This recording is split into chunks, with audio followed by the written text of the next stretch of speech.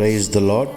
నేటి శుభవచనము: యెహోవా నీతి క్రియలను జరిగించుచు బాధింపబడు వారికందరికీ న్యాయము తీర్చును. కీర్తన గ్రంథము 103వ అధ్యాయము 6వ వచనము.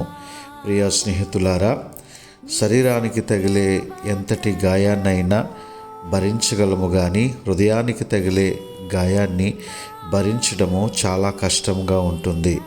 ఎంత కష్టంగా ఉంటుందంటే ఒక్కొక్కసారి జీవితం మీద విరక్తి పుట్టి ఆత్మహత్య చేసుకునేటంత కష్టంగా ఉంటుంది. కొంతమంది ఎవరైతే ఎక్కువగా ఎవరిని ప్రేమిస్తారో వారి ద్వారానే అనేకమైనటువంటి మాటలు పడుతూ అనేకమైనటువంటి వేదన అనుభవించేటువంటి వారు ఉంటూ ఉంటారు. భర్తను బట్టి, పిల్లలను బట్టి, నమ్మినటువంటి స్నేహితులను బట్టి, రక్త సంబంధికులను బట్టి ఆ వేదన అతీతమైనటువంటిది.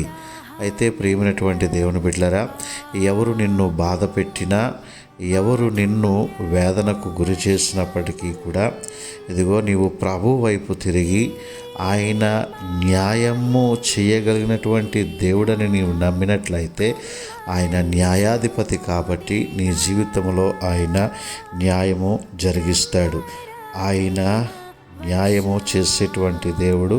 ఆయనలో అవినీతి లేదు, అక్రమము లేదు, అపరిశుద్ధత లేదు, పక్షపాతం లేనటువంటి దేవుడు ఆయన.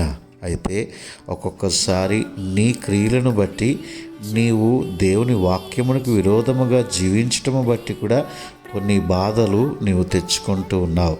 కాబట్టి ఆ బాధలు కూడా నీకు తొలగిపోవాలంటే ప్రభు సన్నిధికి వచ్చి నీ పాపములను ఒప్పుకొని నీవు క్షమాపణ పొందు. నేడే నీవు రక్షించబడదువు. నీ హృదయానికి నెమ్మదిని, శాంతిని అనుగ్రహించునుగాక. ఆమేన్.